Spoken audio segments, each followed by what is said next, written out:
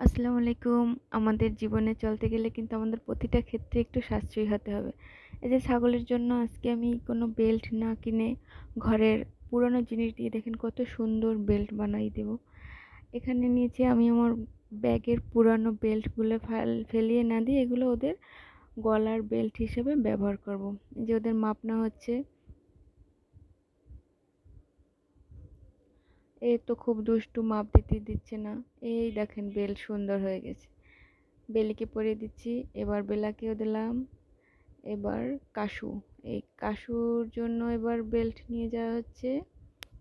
এই কিন্তু আমার লক্ষ্মী সোনা বেলি।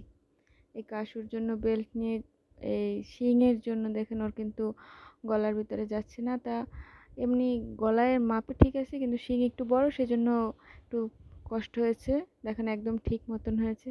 দেখেন কত সুন্দর লাগছে, মনেই হচ্ছে না যে এটা আমাদের পুরানো কোনো জিনিস, একদম নতুন। তা আপনারাও কিন্তু এইভাবে অপচয় না করে পুরানো জিনিস কিন্তু ব্যবহার করতে পারেন।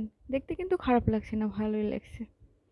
ধন্যবাদ সবাইকে, আমার লক্ষ্মী সোনারা।